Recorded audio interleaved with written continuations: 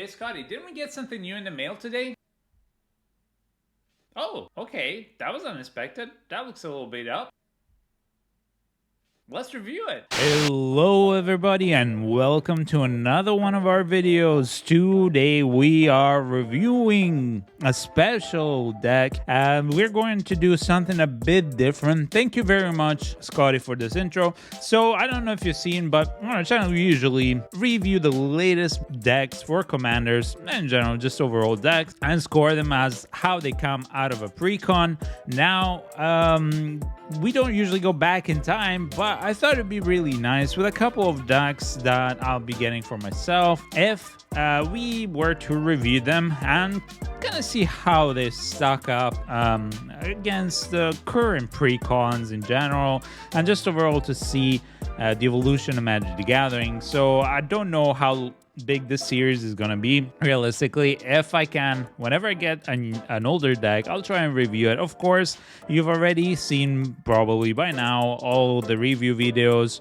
about them and how good they are and so on and so forth, but I wanted to kind of see how they stack up with the current decks overall, and of course what the value of the decks is after a long time that they've been out. So anyway, let's dive in and let's see. Now, if you're new to our Precon deck review series, what we do is we look at a deck as is, we look at all the cards inside, and we see how well they synergize with the commander proper, and then we score it out of 10 compared to the other decks of that expansion. But this time it's going to be compared to decks that have recently come out. So yeah, today we're having a look at Party Time, which is Commander Legends Dungeons and Dragons Battle for Baldur's Gate deck. Unfortunately, I did not play this expansion at the time, so I kind of missed out on this, and I was really interested in seeing this deck as is.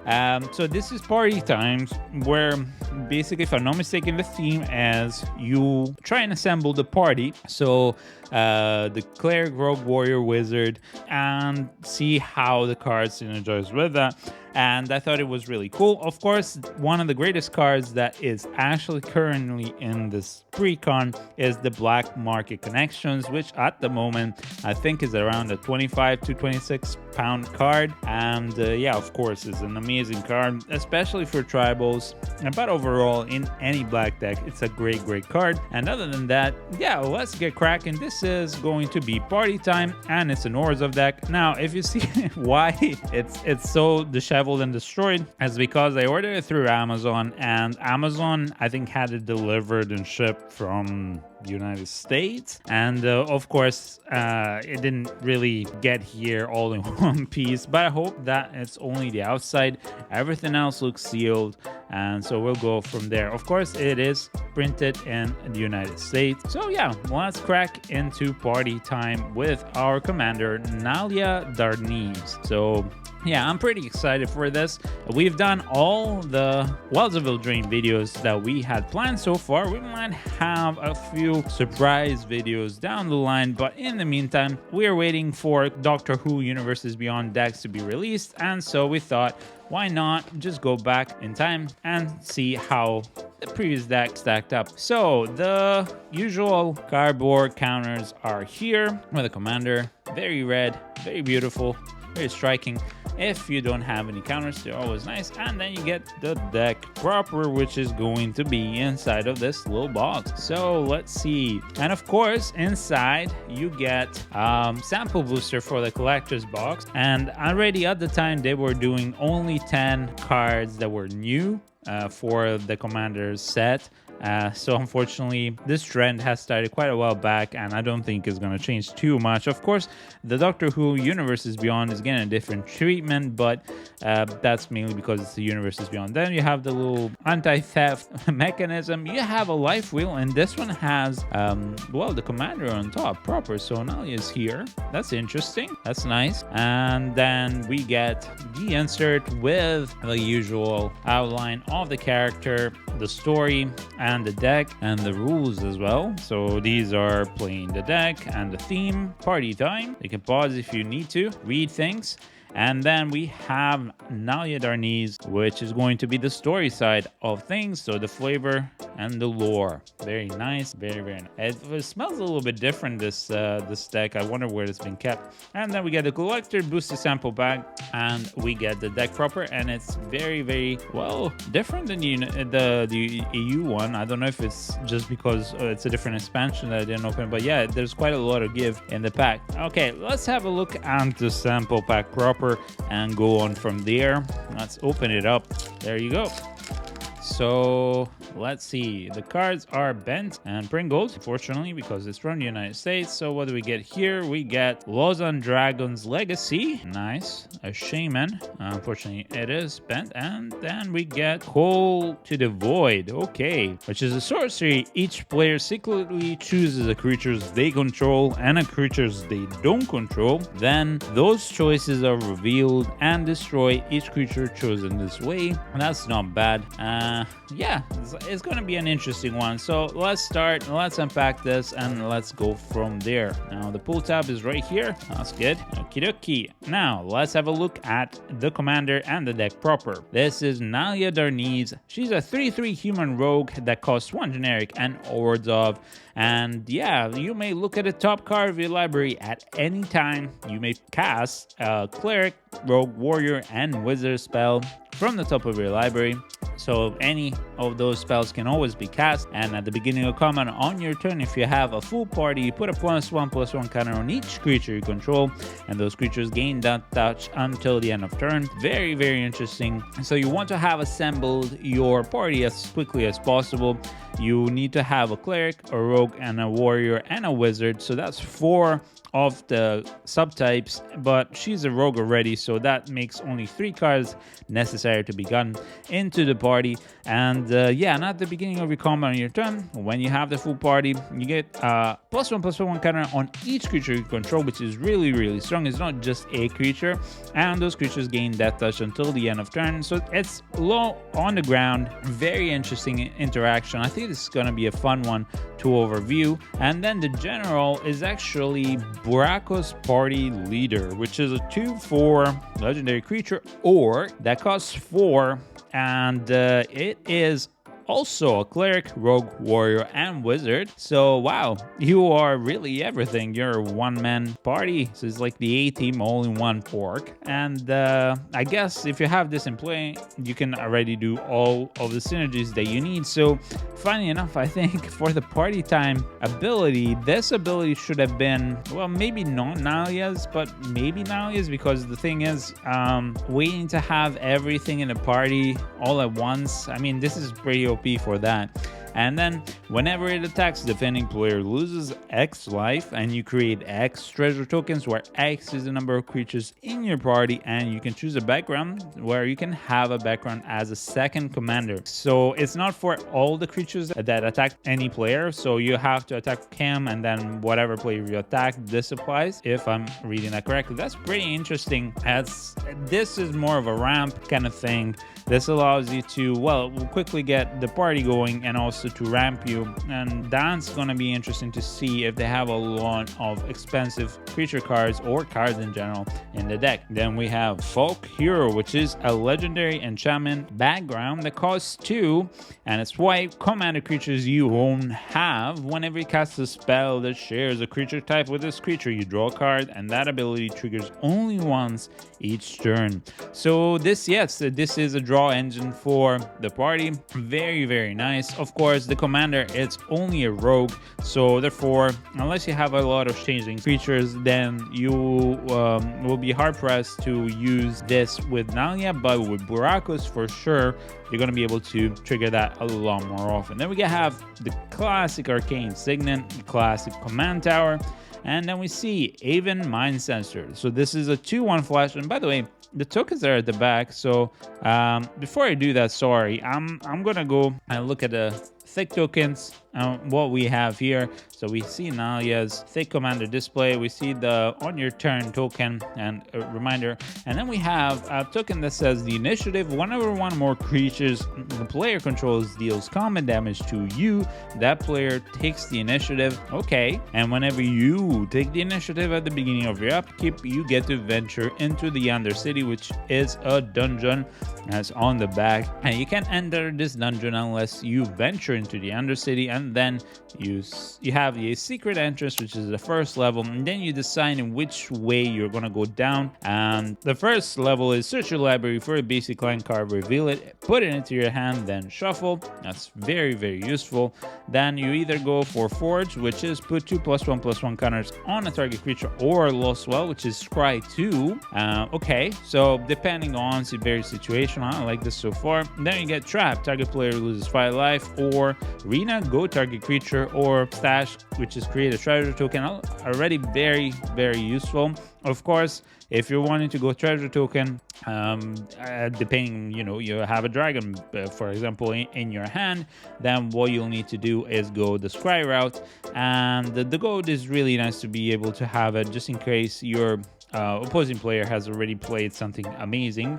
And then you have either Archives or Catacombs, which is draw a card or create a 4/1 black skeleton creature token with Menace. And then you get Throne of the Dead 3, which is reveal the top 10 cards of your library. You put a creature card from among them onto the battlefield with 3+1/+1 counters, and it gains hexproof until your next turn. Okay, then shuffle. That's not bad. If you have some big creature, then it becomes even bigger. That's really, really wonderful.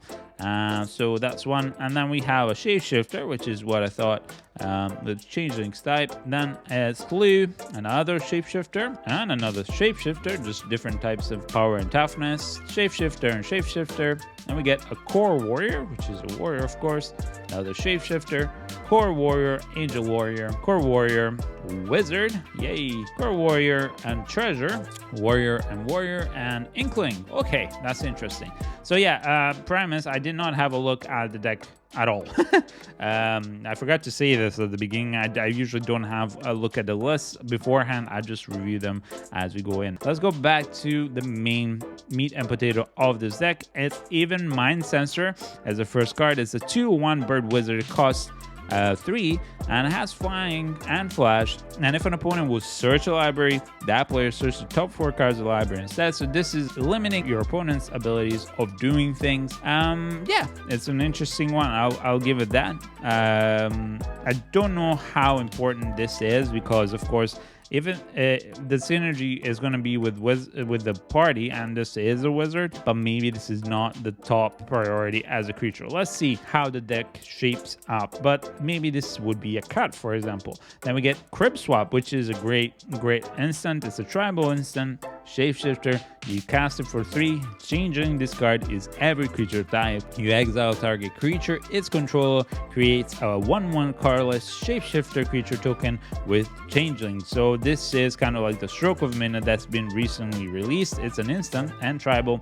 Yeah, I like it. It's always good to have some great removal and spot removal. So that's wonderful. Then we have Irregular Cohort, which is a 2/2 Shapeshifter. Costs 4.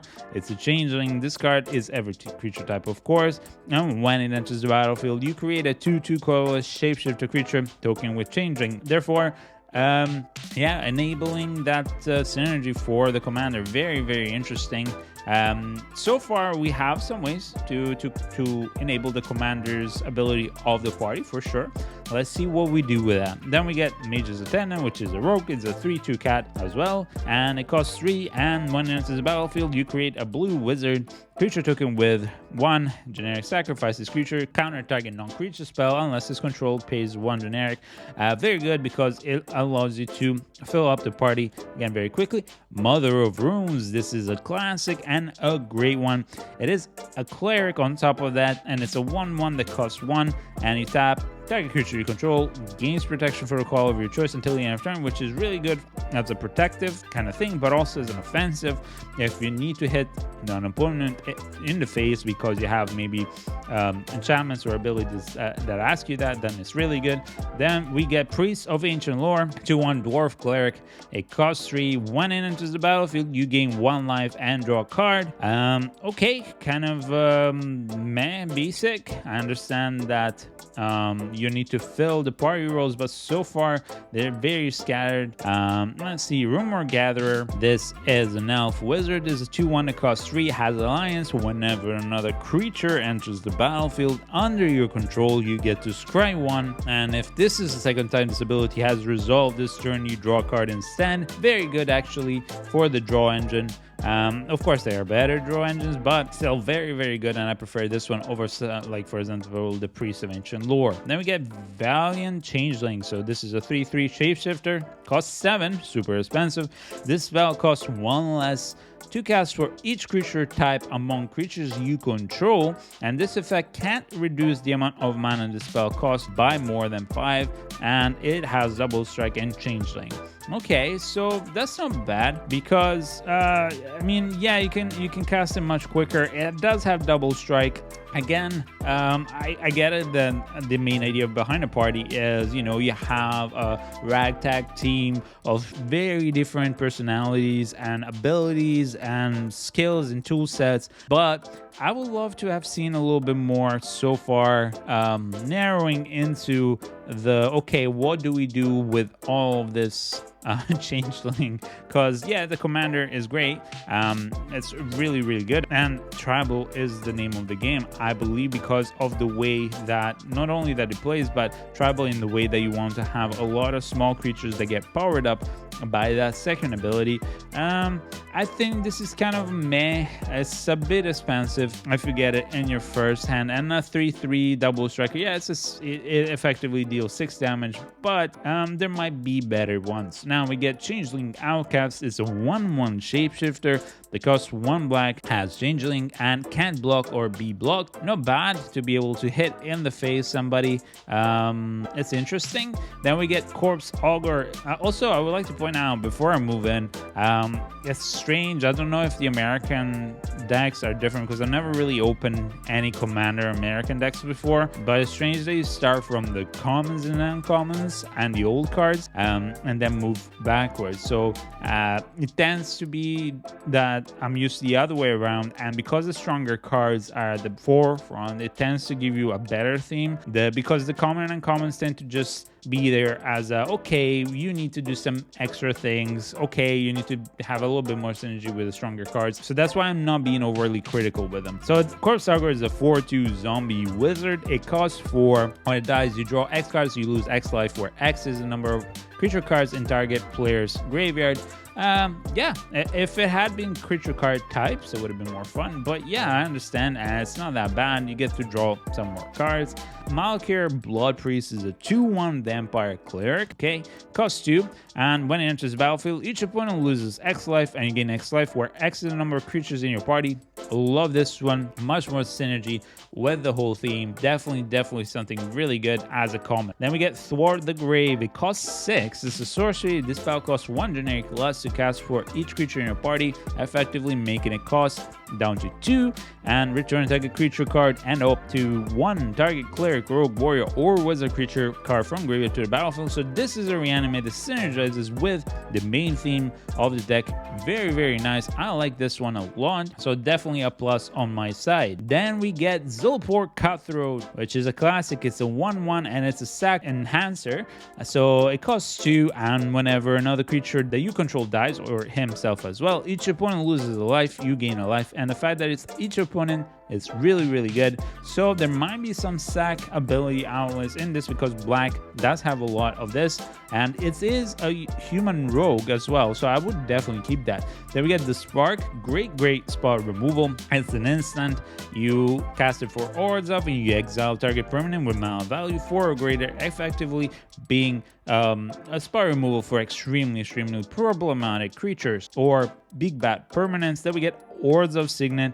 This is an artifact and it allows you to fix your mana. It is strange to see a Signet in a deck that's only 2 colors. I always wonder why they do that. It makes more sense to do it in a deck that needs 3 or more colors, but it's nice to see here, and it's always great for mana fixing, especially if you have some mana rocks or lands that give you generic, then you can shuffle into the colors that you need. So yeah, it's not bad, and it's always good to see a Signet. I like that. Skull Clan makes a return. Amazing card. A quick creature gets +1/-1, and when it dies you draw 2 cards. You can equip it for 1 and it costs only 1. Extremely good card. Very good value so far in this deck. Very good cards, and the synergies are there.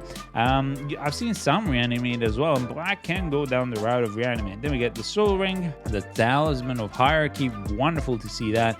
Then we get the Ash Barrens, so basic land cycling, it's okay. Bojuka Bog, same. Mortuary Mire enters the battlefield tapped, and when it enters the battlefield, you may put target creature card from a graveyard on top of your library. Very good for reanimating, and in general, it's a good little black land that I like to play in some of my decks because of it. And then we get the Mirroring Landscape, which is a classic. Hordes of Basilica, of course. Path of Ancestry, Snowfield Sinkhole. This is a snowland that enters the battlefield tapped, and it's dual lands, the plains, the swamp.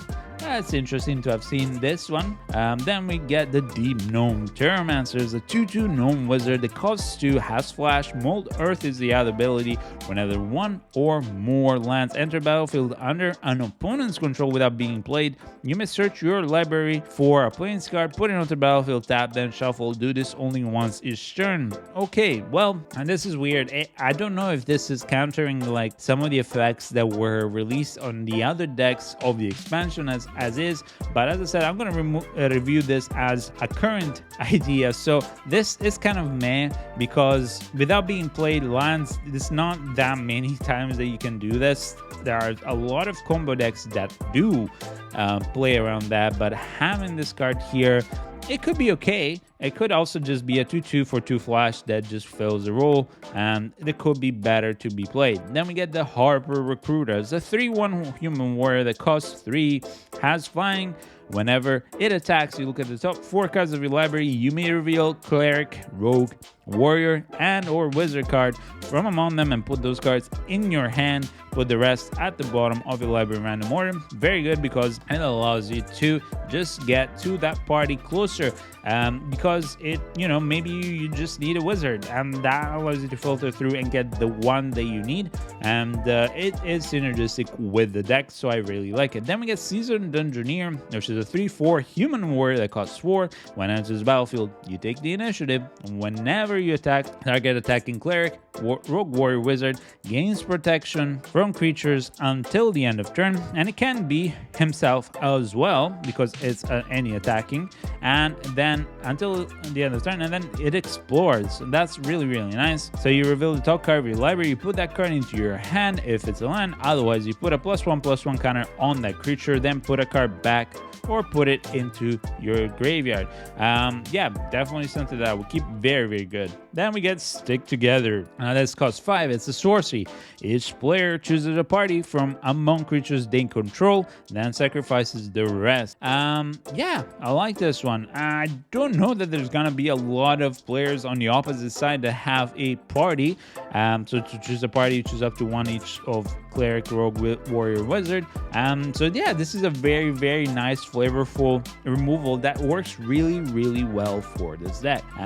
Then we get Black Market Connections, the best card of the deck, and this is an amazing enchantment that I put in every single one of our upgrades for all the current precons and the past precons that are black. If you've seen some of those videos, you'll see that this is a recurring card, and the reason being is because it's such a strong enchantment. It costs 3, and at the beginning of your pre-combat main phase, you choose 1 or more, and it allows you to either sell contraband, buy information, or hire a mercenary. For sell contraband, you create a treasure token, you lose a life. For buy information, you draw a card, you lose 2 life. life. And then for the last one, you get to create a 3/2 shapeshifter creature token. With changing, you lose 3 life. Effectively, this is a strong card no matter what you play. If you're playing black, because this allows you to just overall do whatever you might need, either is ramping, drawing, or creating tribal. So this is an insanely good enchantment. Then we get Solemn Doom Guide. It's a 4 or 5 Thiefling cleric that costs 5 and has flying, and each creature card in your graveyard that's a cleric, rogue warrior, and or wizard has unearthed. That's really good for 2. So for 2, you return card to the battlefield. The creature gains haste until the end of turn, and then you exile it instead of putting it back into the graveyard. And you can only do this as a sorcery, so you have to do this pre-combat. But this is really good. I can see some reanimate themes, and I love it. It's so well done so far. You know, the first commons and uncommons, I was a little bit skeptical, but I did keep my mind open because, as I said, I know that the value of the deck is not in those cards usually. Then we get multi-class Baldur. It's a 1 generic artifact equipment, and a quick creature has lifelink if you control cleric, death touch if you control a rogue, haste if you control a warrior, and flying if you control a wizard. So if you control all of them, so for example Burkos, well, you get to have everything. Burkos is going to become a powerhouse, and as long as you have a full party, you prevent all damage to be dealt to a quick creature, therefore even stronger, and you equip it only for 2. This is insanely good value for the deck. Then we get Archpriest of Yona. It's a start 2 human cleric. It costs 1, and its power is equal to the number of creatures in your party. Very flavorful, and I like that. And at the beginning of combat on your turn, if you have a full party, target creature gets +1/+1 and gains flying until the end of turn. Very good. Very good. Ooh, Austere Command makes a return. Very good. Target board wipe removal. I really like that one. And it's so sad that they don't put him in most decks that actually should nowadays in precons. There are some that do get it, but not all the ones that should. Then we get Bygone Bishop. It's a 2/3 spare cleric that costs 3, has flying, and whenever you cast a creature spell with mana value 3 or less, you get to investigate, which creates a clue token, which is an artifact that costs 2. You can sack it to draw a card. It's a 2/3 flying for very little. It synergizes with Natalia because you can put counters on it. So it's always good to see low to the ground creatures over the expensive ones, and even though the clue tokens are slow draw, it's still very good. Then we get Dusk and Dawn. This is one of those that you can play 1 card from your hand, the other one as Aftermath from the graveyard. So with 4, destroy all creatures with power 3 or greater, and then for Aftermath, return all creature cards with power 2 or less from graveyard to your hand. And as you saw, a lot of the party cards are 2 or less on your side, so this is very synergistic for what you need. Ooh, 8.5 Tails. I haven't seen you since forever, since the Kamigawa block. This is a 2/2 Fox Cleric. It costs 2 white, and for 2, target permanent you control gains protection for white until the end of turn. Then for 1, target spell or permanent becomes white until the end of turn. Effectively, if you spend 3, you can protect permanent. So yeah, I think it's a decent one. It's a 2/2 for 2 that gives protection if you have the mana open for it, and since you have a lot low to the ground cards and the cost is low, I would definitely play it. Then we get Frontline Medic. It's a 33 human cleric. It costs 3. It has Battalion.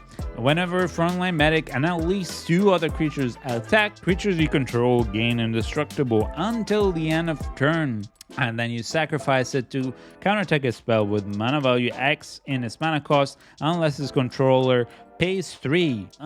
Yeah, I think this is good on the flip side for the Battalion. Gale Powder Mage is a 3/3 Kithkin Wizard. It costs 4, it has flying, and whenever it attacks, exile another target creature, return that card to the battlefield under its owner's control at the beginning of the next end step. Not a bad one. It's a way to remove things temporarily. I prefer to have something that stays removed rather than this, and I'd rather have more protection spells because you'll see that tribals, what they lack of is protection, and I think this just doesn't make the cut. Of course, I understand you can re-TB things for yourself as well, but I still prefer to have better removal and or protections instead of this. Then we get Glorious Protector, which is an Angel Cleric. Is a 3/4, it costs 4, has flash and flying, and whenever it enters the battlefield, you mix out any number of non-angel creatures you control until it leaves the battlefield, and you can foretell it. So this is a protection spell of things, and I really like this one much better than the Gale Powder Mage. Then we get Giselle Goldmane. This is a 4/4 cat warrior. It costs 4. It's a legendary creature, has first strike, again for 5. Attacking creatures you control get +X/+X until the end of turn, where X is the number of attacking creature. This is kind of like a little Crater Hoop Behemoth, and definitely something that's hinting at the White Crater Hoop Behemoth. I like this one actually. First off, it's a first 4/4. It's a first striker, it's a cat warrior, and it can buff everything to go alpha strike. Definitely something that will keep Magus of the balance. So this is going to be the balance. Okay, this is a 2/2 for 2 human wizard for 5, and tap it, you sack it, and then each player chooses a number of lands they control equal to the number of lands controlled by the player with the fewest lands, then sacrifice the rest, and players discard cards and sacrifice creatures the same way. This is a balance on a creature. It's a very interesting one to see. Here's the thing, balance is extremely good, and there are very good decks that used to use it, but the problem is if you're not the one with the lowest, is a double-edged sword. Ooh, Mikaeus the Lunarch. This is a 0/0 human cleric that costs X and a white, and whenever it enters the battlefield, it does so with X +1/+1 counters on it, and you can tap to move a counter on him from another creature. And again, you have Nalia's second ability that puts counters, and then for the second one, you can tap a removal counter to put on other creature you control, each other creature you control. Very good one.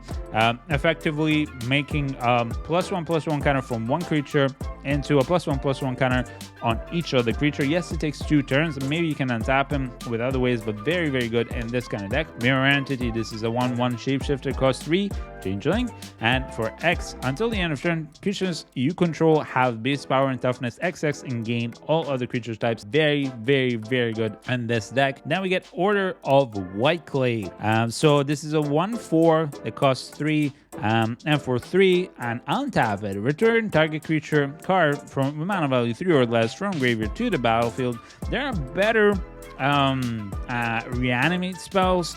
If you were to be able to give this away for it to be unblockable or protected, like you have a couple that do, then it might be good.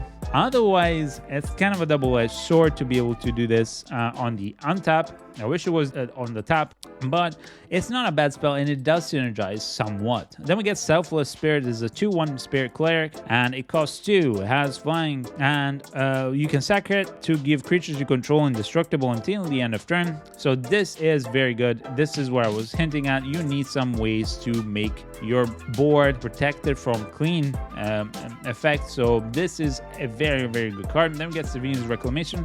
It costs 3. It's a sorcery. Return target permanent card with mana value 3 or less from graveyard to the battlefield. Now, if this spell was cast from graveyard, you may copy the spell, and you may choose a new target for that copy.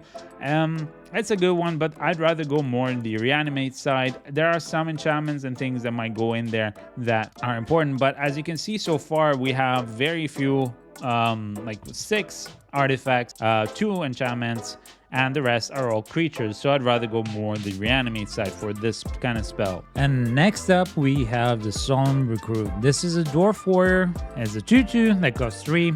It is a double striker, has Revolt at the beginning of your end step. If a permanent you controlled left the battlefield this turn, you put a +1/+1 counter on the Solemn Recruit. It's not a bad card. I would say it's not the greatest. Yes, you get to put a +1/+1 counter, but this is more something that really synergize with sacrificing and removing permanents on your side more reliably. So therefore, I don't think this is the kind of card that is necessary for a deck. Next, we have Squad Commander. This is a 3/3 core warrior. It costs 4. When it enters the battlefield, you get to create 1/1 white core warrior creature token, which we saw earlier, for each creature in your party. Amazing, amazing. I love this one. Then at the beginning of combat on your turn, if you have a full party, creatures you control get +1/+0 and gain indestructible until the end of turn. And remember, with Nalia, it also gives counter at the beginning of combat on all of your creatures. So this is going to be really, really good. I really love that one. Then we get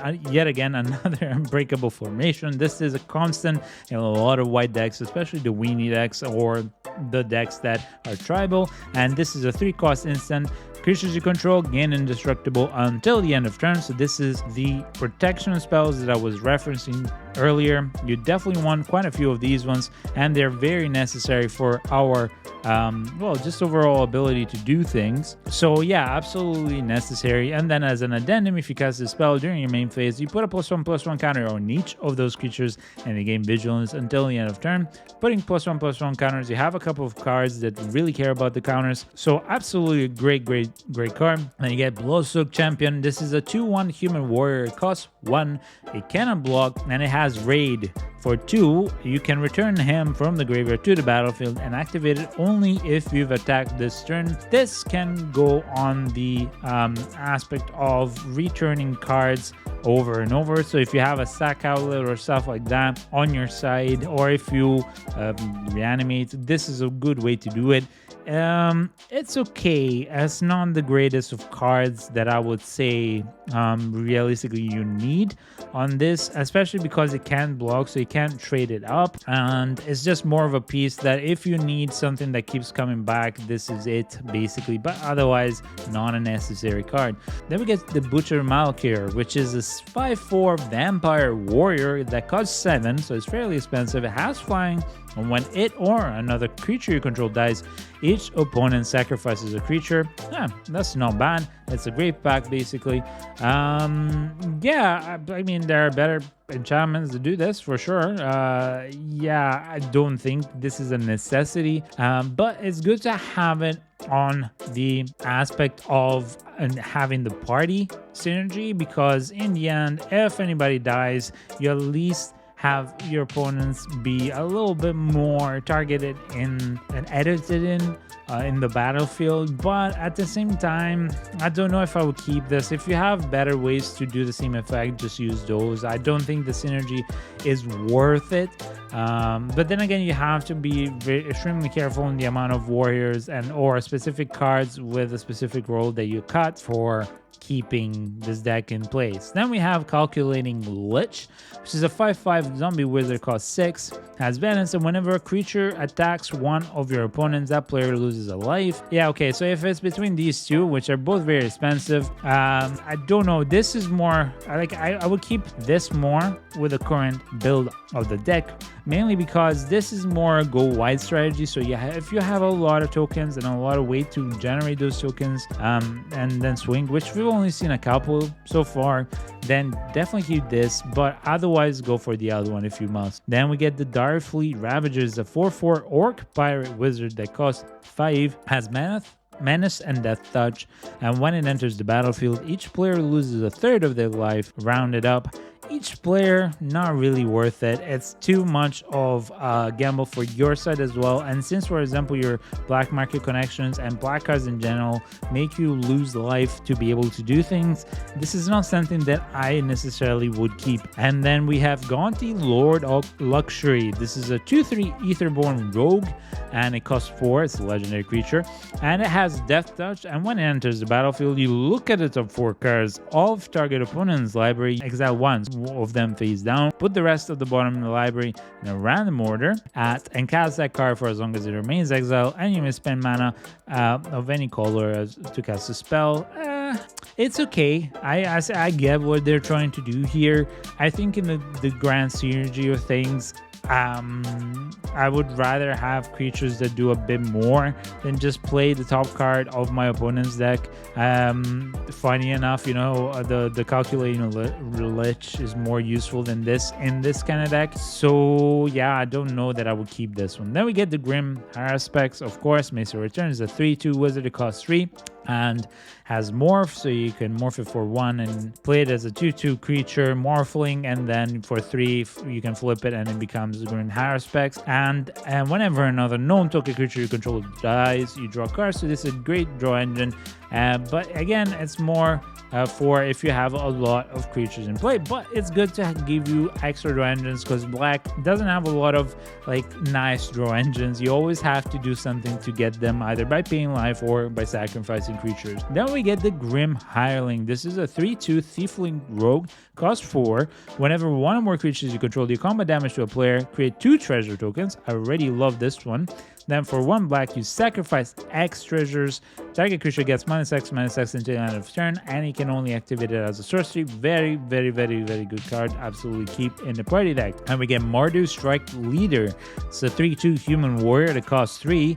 When it attacks, you create a 2/1 black warrior creature token, and it has dash, as you may cast a spell for its dash cost, and if you do, it gains haste and it's returned from the battlefield to its owner's hand at the beginning of the next end step. So this card I like more. It allows you to create more warriors and keep it in play. It's 2/1 warriors that can trade up. Definitely something that I would keep, especially because it enables the party even better. Mindblade Render. This is a 1/3 that costs 2. It's an Azra warrior. I've not seen Azra before. Whenever your opponents are dealt combat damage, if any of that damage was dealt by a warrior, you draw a card and you lose a life.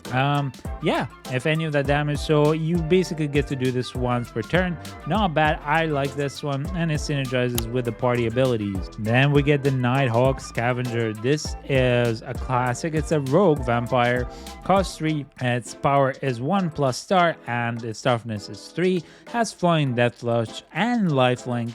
And when its power is equal to 1 plus the number of card types among cards in your opponent's graveyard, this is a very, very, very, very good card. Extremely powerful, and this is the kind of cards that I was hoping to see when I'm looking at the party. I want the best of the best that give me a lot of advantage and value, or stuff that can go over the head or just significantly hinder my opponents and help me create that board presence because of our commander Nalia. So absolutely one card to keep. Then we get the Pontiff of Blight. It's a 2/7 zombie cleric that costs 6. Has Extort, and other creatures you control have Extort. This is a great card. Absolutely great. Yeah, Extort, what it does is whenever you cast a spell, you may pay either white or black, and if you do, each opponent loses a life, you gain that much life. Absolutely great. You do have ways to ramp into things. I wouldn't keep too many of those things that are really expensive, but this is one of those that I would keep as great. Then we get the Puppeteer Click. It's a 3/2 fairy wizard that costs 5, has flying, and when it enters the battlefield, put target creature card from an opponent's graveyard onto the battlefield under your control. It gains haste, and at the beginning of your next end step, you exile it, and then it persists, meaning that if it dies, it comes back with a -1/-1 counter if it had no -1/-1 counters when it died. So very good card, and I like this one. Again, you're messing with your opponents, and if this dies, well, you're gonna bring it back and get another big creature from their graveyard. Absolutely wonderful. Then we get Felisa, Fang of Silverquill. Is a 3/2 vampire wizard. It costs 4. Has flying and mentor. Whenever this creature attacks, put a +1/+1 counter on target attacking creature with lesser power. And whenever a non-token creature you control dies, if it had counters on it, which again Nalia does that, create X tap 2/1 white and black Inklings creature tokens with flying, where X is the number of counters it had on it. Absolutely great synergy. Really love to see this one. Then we get Furious Retribution. This is an enchantment saga. It costs 4, and it's going to be really tough to cast because it is 1 generic and 2 white pips and a black pip. Create a 4/4 white angel warrior creature token with flying vigilance in the first So again, warrior, great. And then the second step, you have until the end of turn, angels you control gain tap to destroy target creature with power less than this creature's power, which can be buffed with Nalius, so that's always wonderful. And then on the third one, angels you control gain double strike until the end of turn. Now, here's the thing, it's a good token generation that's a warrior, absolutely. There are better token generations that give you warriors though, and this is more of an angel interaction. I have not seen a lot of angels, so maybe this is something to remove altogether. Then we get High Priest of Penance. This is a 1/1 human cleric. It costs 2, 1 for each of the orders of colors, and then whenever it is dealt damage, you may destroy target non-land permanent. Oh wow, so this is an interesting one. I really like this one. It is a human cleric. You can get it back with some other effect, and basically you just keep it as a defensive thing. Absolutely love it. Yeah, it's a small one that's definitely worth it, and it's a human cleric. I like that one. Then we get Maskwood Nexus. Absolutely great card for tribals. This costs 4. It is an artifact. Creatures you control have every creature type. The same is true for creature spells you control and creature cards you own that are not on the battlefield, so making your whole entire deck enable that party. And this is why I say it's great for tribal, because it just enables tribals, and you are sort of a tribal. You just need 4 types. Anyway, and then for 3, you just create a shapeshifter, which synergizes with the rest of the tribal. Absolutely a great card. I love it. Then we get another Castle Locthwain. Very, very good. I tend to like this card. Mutavault, another wonderful addition to our decks. It is of every type when it transforms into a creature, and you can do so at any point. So let's say you are attacking with Nalia, you are enabling the second ability. This one is in play and just enter play. It cannot attack or transform, but what you can do is tap it by itself. It becomes a creature and then gets a +1/+1 counter. So this is an insanely good card that I love to have. Then we get Shambling Vent. Okay, enters the battlefield tapped, and it can become a 2/3 white and black elemental creature, or you can add any of the Orders of Color, Temple of Silence, Vort of the Archangel. This is a constant, and it's a great in Orders of Tribal decks. I like it because it does give kind of a go white strategy should you not have any go white spells, so I like this addition. War Room is a great one. This is a land you tap to add 1 generic, and then for 3, tap it, you pay life equal to the number of colors in your commander's color identity, which is 2 here, and then you would draw a card. Of course, if you play it in a black deck, it's only 1. So it's a very good way to have an extra draw engine. And again, black does have some good ones, but they tend to be pay life, and this is very much in theme. Then we get the Windbrisk Heights. This is a hideaway land, and it's, you know, a classic. I don't much love it, but it's okay. Ooh, Starlit Sanctum. I haven't seen you in forever. So I don't remember what expansion this was from, but I remember opening quite a few of them. You can tap it to add 1 generic, and then for 1 white and tap it, sacrifice a cleric creature, which you have quite a few, because remember, cleric is part of the party. You gain life equal to the sacrifice creature toughness, and then for black and sacrifice a cleric, target player loses life equal to the sacrifice creature's power. I like this little addition. It's a little quirky. Yeah, I think it's a nice one. You can transform it, and if you have ways with black, and definitely the way that I would play this is in the black, I would have some reanimate effects, because it seems like dipping into those creatures, because you're not going too wide on tokens, maybe because this is you need to strike a balance. You can go a little bit wide on tokens, but not too wide, and maybe some reanimate effects that way, because you need those party members, and you might not have them in your hand, but you can have them in the graveyard. This would be a good enabler. Yeah, and this just overall, the Sanctum compensates for some sac effects that you might need. So yeah, that's not bad. Then we get Tainted Field, of course, which is great to see reprinted, and then we get to see the lands, and this is wonderful. I love these lands. I've not opened, as I said before, the Baldur's Gate expansion, so this is the first time that I actually see lands like this, you have a little bit of flavor. I really like these. So you get 10 of the plains and 10 of the swamp. So overall, that was our review of the deck. I hope this was interesting. Now let's have a look-see at how it stacks up compared to the current precons, and I think this is actually really good precon. And it's one of those decks that even up to this time, which I mean it's not that long ago that it was painted, it was only last year, but it still stacks up really well. There is a lot of good synergies. They did go in the themes of, you know, tribal or go wide and hurt your opponents. There are a lot of great little creatures in there, and you have some ways to protect them, some removal. Of course, when they tend to do precon tribals, it's common to see that they don't have a lot of board wipe protection, but you do have some that you can bring back with reanimate that we saw in there. Then we have some board wipes that are really good, that I really like.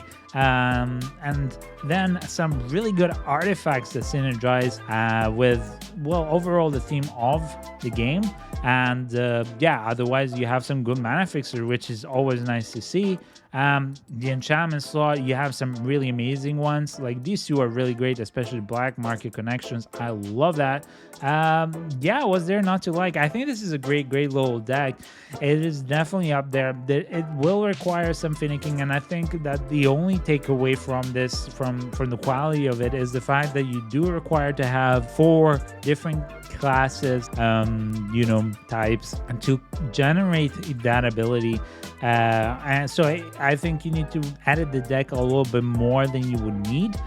Because of the 4 necessary required. Therefore, yeah, I think this is a great deck. I'm going to review it like I usually review all of the precons. So looking at the previous sets that I've just recently reviewed, this is definitely around the 6.5 to a 7. I think I'm going to stick to a 6.5. And this is not to take away from the quality. The quality of the deck is there for sure. And if you get it around the 30 to 40 pounds price mark, you have even the value of the cards taken back. So 6.5 is fair as a precon of how you can play it straight out of the box, because unfortunately, as usual, you don't have a lot of protection, you don't have a lot of spot interaction, and there are quite a few cards that you need to remove in here to be able to just go and say, okay, I'm going to enable this cleric, rogue, warrior, and wizard synergy much quicker. But other than that, yeah, it's a 6.5, but it's more of a real 7 if you look at the value of everything. Absolutely a wonderful little deck. I'm very happy that I have it, and it's a wonderful little theme, and definitely something that if it interests you, I would advise you to get it, and if you find it again.